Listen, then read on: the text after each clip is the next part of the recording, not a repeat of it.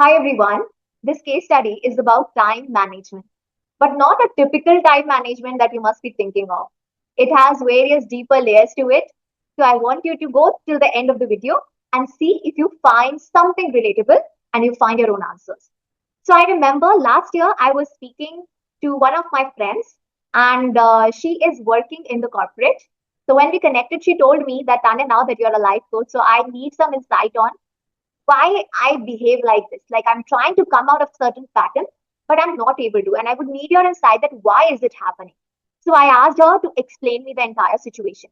She told me that during the weekends, whenever there is something very important work which has to be done in the house, whether it's like guests are coming from outside and you have to prepare their meals, you have to clean the entire house, you have to make the room ready for them, or it could be something else which is very, very, very important to be done. It has to be done on an urgent basis.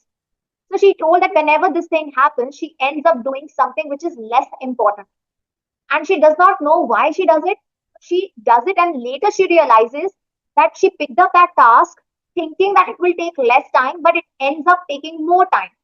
And then she feels guilty that she wasted her time doing all of it. That task could have been done later. But she did not do this first task, which is absolutely required because there's something major, important, and urgent that needs to happen. Because of this, she was getting a scolding from her mom. And she understood that it was something at her front, and it's not that the mother was getting angry without any reason. And she said that she has been observing it for a really long time, so that she connected with me. She asked me what could be the reason. So what we really identified is that whenever any important task she has to do, she looks forward to doing another task. Like all of a sudden, she will develop this fascination that okay, instead of doing this, instead of starting this task, I must do this other task. Why? Because she wants control over the situation. Now, this is usually a sign that you are not having control over that situation, so you will want control over another situation. So, how could you get control over another situation? If another task takes up less time and it feels more easy to you, or it feels easier, less complex to you, then you will end up starting that next task. And that could give you a sense of control in your life. And I asked her that is it something recently you developed, or when did you first develop it? And she said that she remembers that when she was in 8th standard, her teacher had given a lot of projects and lot of written assignments in Hindi. And she was not able to cope with that because for a few days she was absent from the school. And once she went, she saw that the teacher had given so much and there was nobody in the class to really help her. So she felt very alone and she did not know how to cope with this. So when she went home, she thought that, okay, I have to write like almost 50 different answers right now. I have to submit all of this to the teacher. How do I do it in just a span of 2 days? It seemed so impossible to her. And then what happened is it was her friend's birthday at that time. So friends came to her house to invite her for the birthday, but she could not go because she already had the pressure of completing all the Hindi answers in a span of 2 days. And it was difficult for her to complete because she had to go through the lessons also. She had to first read the lessons and then find the answers. And then her mother was also not well during that time, so she couldn't take help of her mother. And she was afraid of the teacher, so couldn't really tell the teacher that teacher I was absent for so many days and I really don't know. I missed up so much of content. I don't know how could I complete all of this task.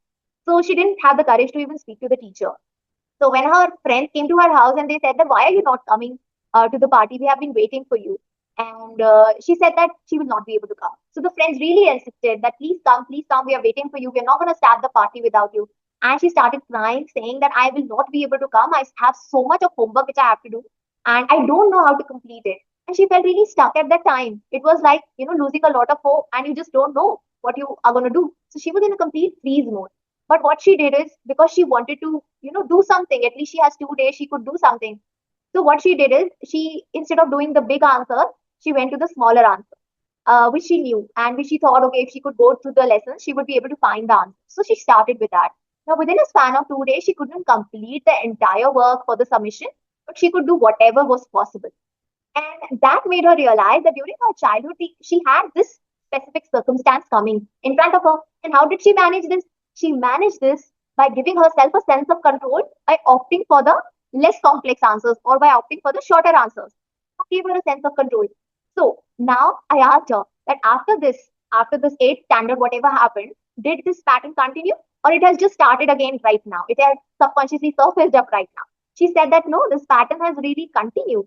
And even during her office, important work or something like that, she ends up starting to do something else instead of what she has to do exactly in the office. But because it's an office scenario, she knows that she doesn't have any option. So after attempting something else for 5 minutes, she then comes back to the original task. But it's like a habit. She does not know, but before actually doing the real task, she will end up starting another task. That's for sure. So what I told her is that now that you have identified that all of this is coming from one childhood incidence of yours, where you felt that you are not in control, where you felt loss of control of time, loss of control of strength, loss of control of power. So you end up feeling that you're weak. If you could heal that situation and just let it go, saying that the past is over now, and that if you tell yourself that you're a grown up person, and then it is time for you to view the situation from a new perspective, you could then start to change your behavioral pattern. So this is what I told her. And then she asked me that, okay, next time if it happens, what should I do, Tanya? If I subconsciously run towards another task instead of that important task that I have to do. So I told her, if you find yourself that you are in the middle of another task and you shouldn't have picked this task up, you could stop it right there. Okay. If you stop it right there and then switch on to your new task, you could start giving signals to your mind that yes, you are ready for a change in your habit. You're ready for a change in the behavior. And it all starts by becoming more conscious. It's just that you become more conscious and then you start changing your habit. So I hope that this case study helped you to realize how complex time management could be sometimes.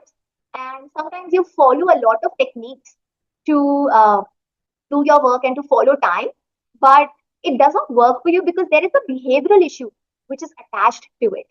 And once you notice all of these patterns, what is the relationship of the pattern with how you view time or how you manage your day or how you manage your task, then things start to unfold for you and things start to become easier for you. So here, with this, we end this case study. And I'm also sharing the link of the healing session with me. It's for 3 hours. And there are certain bonuses also that you will get after attending the live healing one-to-one session with me. I'm sharing the link of that session in the description box and also in the first comment. So if you would like to avail it, you can click on the link, check all the details, and book your slot. Thank you so much for listening and viewing this video. Thank you.